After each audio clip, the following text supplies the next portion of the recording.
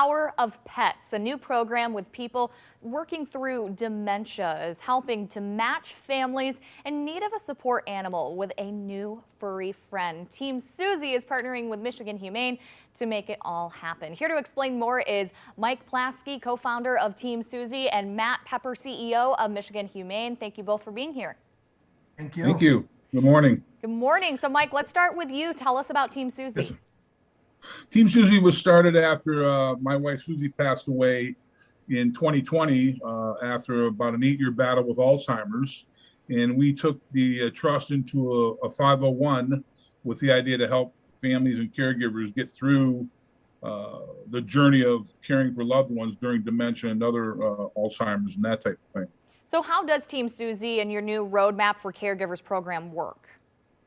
Well, we have on our website at teamsusie.org, we have 2 programs. One that we will issue grants to families for respite care and daily needs of caregiving for loved ones. And then our collaboration with Michigan Humane is where we're going to find pets for families caregivers to help them in their journey and with the caregiving. And studies have shown that pets and folks with mental illness, it's a positive outcome when they have that in the sense of direction and something to do, exercise, and just the love of a pet. And how did this collaboration come together? Through a mutual friend, Gary May, got us together, and then Matt and I and our teams got together recently, probably starting in January, to figure this program out, and it's a win-win. And I think Matt has initiative from their end of it too that helped start the program. So Matt, let's turn to you. Who manages the program on your end, and how are you keeping track of the pets? So it's for our process, it's a very specialized adoption process. We have people who are going to be working with it. Mike's team will refer over to us, and we'll look at what's the right situation for them, and how do we fit that situation with the right animal. So it's a few managers on our end who manage the process, but they do a great job of looking for the right pet for the right situation. And just to comment on what Mike said, I think for a long time we all say that our animals have this immeasurable value on our life. And we look at Mike, he gets it. Look at that picture. But the reality is we can measure this now. There's a real measurable impact on our quality of life based on our pets, based on our activity level, our stress levels. And we are looking strategically for partnerships like this where pets can have a quantifiable impact on people's lives and bettering their situations. Right. And Mike, I got to ask, is that Susie's dog Dusty on your lap, or is that another furry friend? Unfortunately, Dusty passed away. This is Rosie, but she's been with my girlfriend Liz's mom during her battle with dementia. And there's pictures out there. You can just see where the dog was constantly with Julie, and our Dusty and Susie were like this, and they were inseparable all the way through the illness. And you could see the love and the compassion that not only Dusty had, but then how Susie used Dusty as a safety. That was her safety. That was her, like, I need Dusty here to feel safe and secure. Aw, pets have such a profound impact on our lives. Yes. Where can we go to learn more if someone is interested in this program and wants to take part? How can people get more information? Teamsusie.org is a place to start on our end. And there's an application process to receive a grant. And then from there, we will find qualified candidates and families, then pass them off to Matt. And then Matt's process will go from there. Yeah, and on our end, it's we're going to go right through Mike's team. They're going to be the ones who are going to evaluate the situation, make sure it's right for them. I mean, right stages wherever we are in the process that they're going through, so that we can fit them with the right pet. I love this program. I love how pets can heal. Mike and Matt, thank you so much for being here this morning and letting us know about it. Of course. I appreciate it. Thank you for the time. Oh, thank you. Turning now to the weather. Hallie, I mean, we have animals, we have cats, so we all know how healing that can be. I know, such a special program, right? All right, well, we look at the forecast this morning, and things are quiet across Metro Detroit right now. It is an air quality alert day today, so just be aware of that as you spend time outdoors. Our chance for storms will increase this evening into part of the overnight hours. showers, and this will bring a couple cooler days once this cold front moves through. 66 degrees in Detroit, our dew point at 54, and our winds are out of the south at 7. Winds will increase 10 to 20, gusting to 25 at times today. We're in the upper 60s from Lapeer, Pontiac to Mount Clemens, 63 degrees right now in Ann Arbor, 64 degrees Monroe. So temperature is a little warmer than what we had yesterday, but things are quiet for now. Beginning to see some of the showers developing across northern Lake Michigan. We are in the slight risk for severe weather, starting in western Wayne County, just west of Detroit, and then backing all the way to Lake Michigan, but still a marginal risk over the city of Detroit. So we have to watch this as a cold front comes through, already igniting those storms over Iowa at this point. So as far as that slight risk, it's after 5, probably even more likely 7 or 8 o'clock for damaging winds and heavy downpours. Winds bring in that warmer air for us, as we talked about, that southwest wind, and it is heating up from Dallas all the way here to the Great Lakes today, anywhere from the upper 80s near 90 to 103 degrees in Dallas. So we'll see those temperatures warm, increasing clouds through the afternoon, and then by the time we get to the evening, we'll focus our attention on these scattered showers and storms. A few could be strong. 81 on Wednesday, 82 on Thursday, and then more heat building for the weekend. It has been a busy morning out on our roads with a lot of closures taking place today. Probably the biggest one is right here, I-275, I-94 interchange. The ramps from southbound I-275 to westbound, eastbound I-94 closed this morning at 5 a.m. Going to remain closed until early August. So in order to get around this, exit Eureka, northbound I-275. That will take you back to the ramps, westbound, eastbound 94.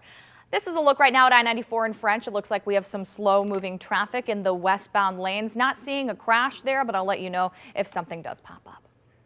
Race against time happening now. A wildfire now burning out of control at Yosemite National Park.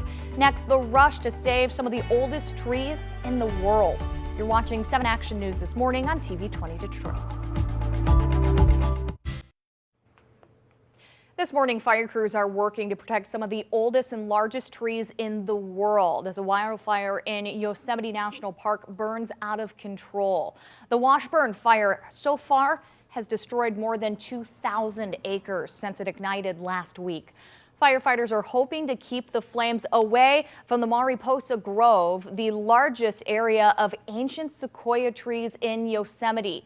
A sprinkler system is now protecting the grizzly giant, the park's second largest tree, which is 209 feet tall and 3,000 years old.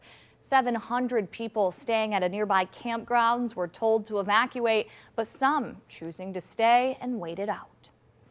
Now to gas prices, where prices have fallen significantly in the last week. That's some good news for drivers, right? This morning, the average price of gas here in Metro Detroit is $4.87, a full 17 cents less than a week ago. However, gas is still $1.58 more than what we were paying last year. Meanwhile, statewide, the average price of gas is $4.80. That's a full 14 cents cheaper than a week ago, but still $1.62 higher than a year ago. AAA says falling crude oil prices have helped push gas prices down. Abbott Nutrition has reopened its factory in Sturgis again.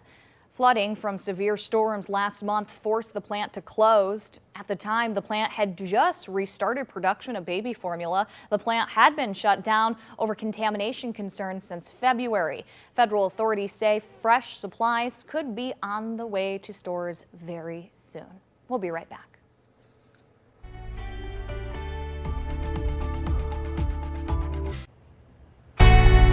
Now, your local news update from 7 Action News this morning. Good morning. Time right now is 8:27. I'm Allie Hoxie. Breaking overnight, 2 people are dead and another injured after a barricaded gunman situation in Harper Woods. This happened last night on Kenosha Street near Ross and I-94.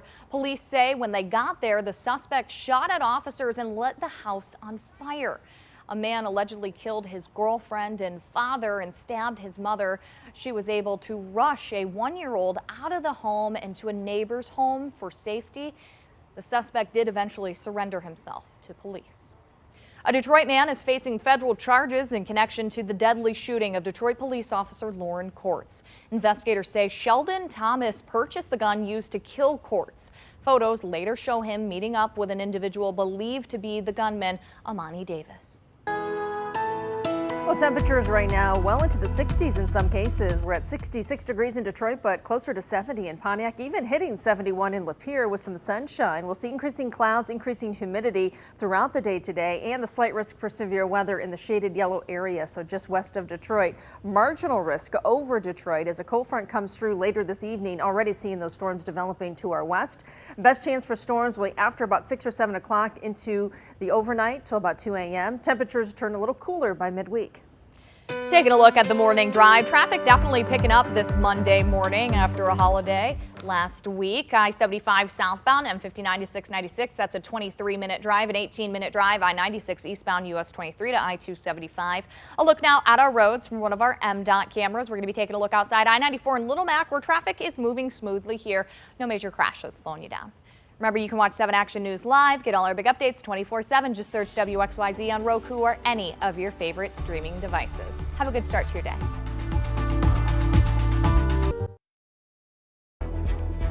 You're watching 7 Action News this morning. The scare in the air, the brakes on a Spirit Airlines flight catching fire. What the airline says was behind the malfunction.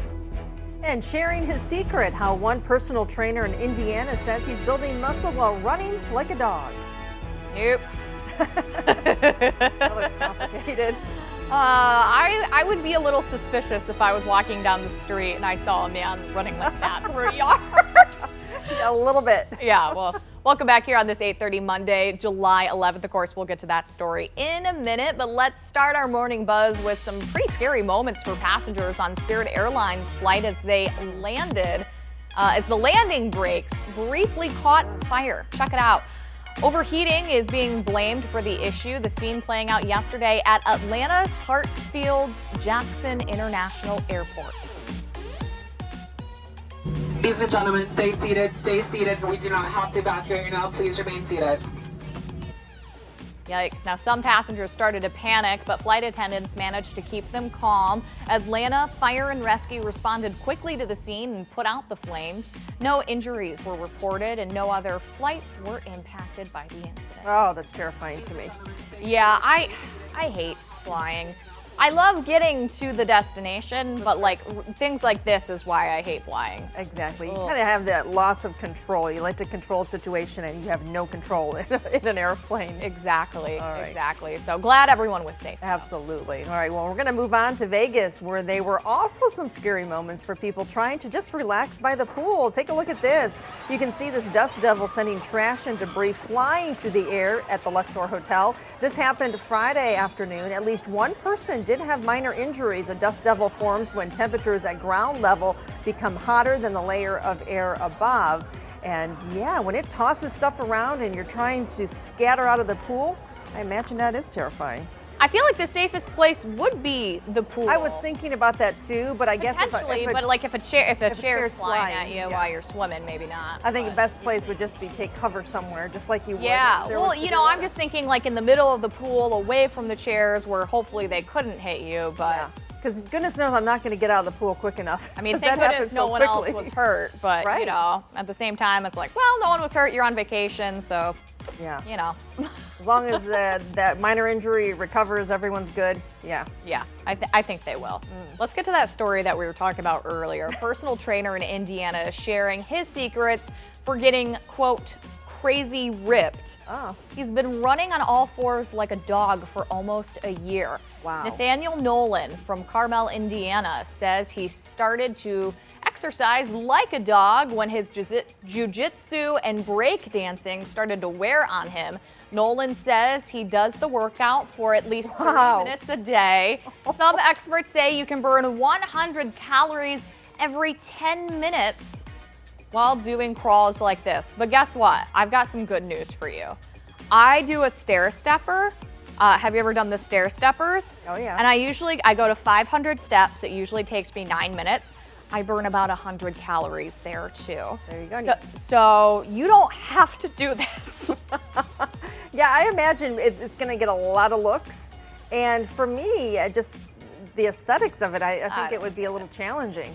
Yeah, you know, there's always those one, I don't know, there's always that one person in the gym or that one influencer online that's like, you have to like touch your hand to your left ear while hopping on one. It's not Right. just go run or go on a stair stepper. I mean, exercise, it's easy to find exercises that aren't so eccentric. People always want someone else to join in, right? Yeah, well, I think, you know, who knows? I can't explain what's going on here. Yeah. Well, I can explain this. And speaking of crazy ripped, yeah, the God of Thunder hammered his way to the top of the weekend box office.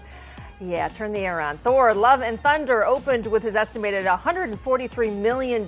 Disney says it's a few million less than expected, but it's still another strong premiere for the blockbuster brand. Minions, The Rise of Gru finished second, making off with $45.6 million for domestic box office total to just over $210 million. And Top Gun Maverick, can't forget about that, dives into third with $15 million this weekend. They're going pretty strong. They are. There's some Gun, good but- movies to see. Kind of a little bit for everyone. Yeah, exactly. And it's nice to see the comeback for Yeah. sure, you know, after the pandemic. But after speaking about Thor, I think we could all cool off. There's nothing more exciting to look forward to on the calendar on a hot day like today, plus talking about Thor, than realizing it's free Slurpee Day at 7-Eleven. Now, since July 1st, 7-Eleven has been offering free Slurpees to customers with a 7-Eleven or Speedway app for its free Slurpee Day plus 10 promotion.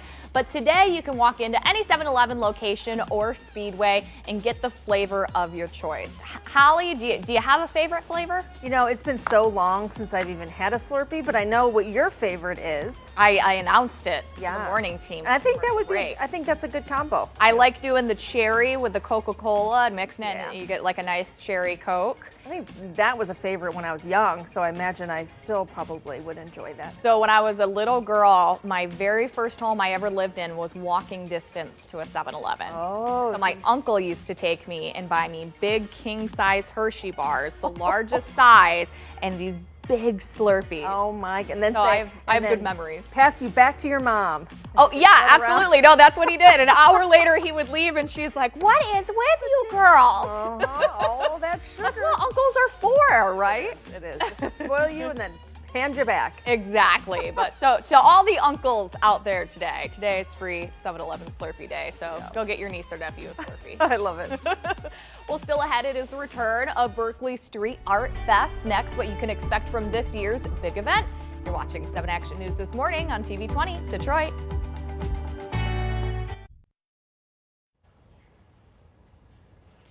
The Berkeley Street Art Fest is back for a second year. The celebration of professional and amateur street art will have highly anticipated chalk art competitions, interactive mural experiences, and Shop for a Good Village. The Art Fest shining a light on artists with a dedication for giving back to their community. Joining us now is Darlene Rothman, Executive Director of the Berkeley Area Chamber of Commerce, and Joanne Ewald, owner and founder of Mend on the Move. Ladies, good morning.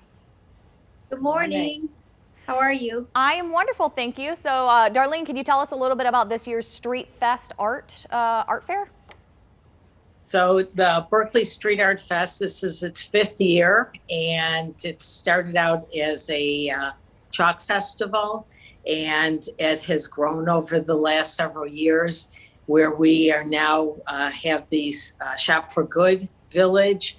We have a chalk contest that goes on. We have a few feature artists. We have David Zinn, who's a chalk artist, and we have Daniel Cascardo, who's going to be doing an interactive art piece where he paints the outline, and the people coming to the event can color in the artwork, and that's going to hang in one of the municipal buildings in Berkeley. There's going to be a mural that's going to be finished at Nova Chiropractic and a bounce house for the kids. So it's a fun day in Berkeley. It's on Coolidge, and it's between Catalpa and Beverly. So they close the street, and a lot of vendors are going to be out there for the Shop for Good Village, which we're really excited about. This is the So second what is year the that Shop we've for had Good that. Village? It I'll let you talk. Well, We participated last year in a small way, but it's a village that really is helping. It's an area in the Art Fest that is really for organizations that have a cause through their brands or their product. And Joanne, you're participating in the Shop for a Good Village this year. Can you tell us a little bit about Mend on the Move?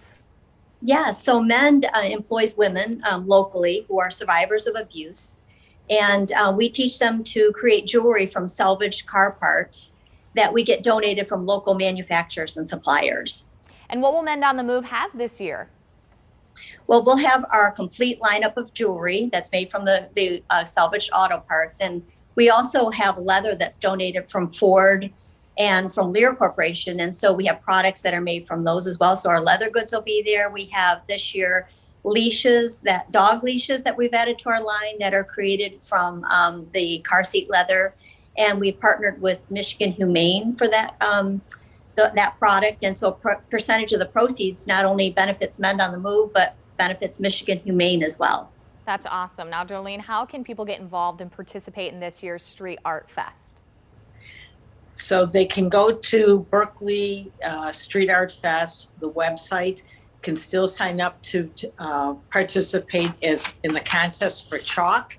And it's all levels of participation. It's kids, adults, and groups. And you don't have to have ever chalked before. Everyone will get a 5-foot square, and to be able to chalk.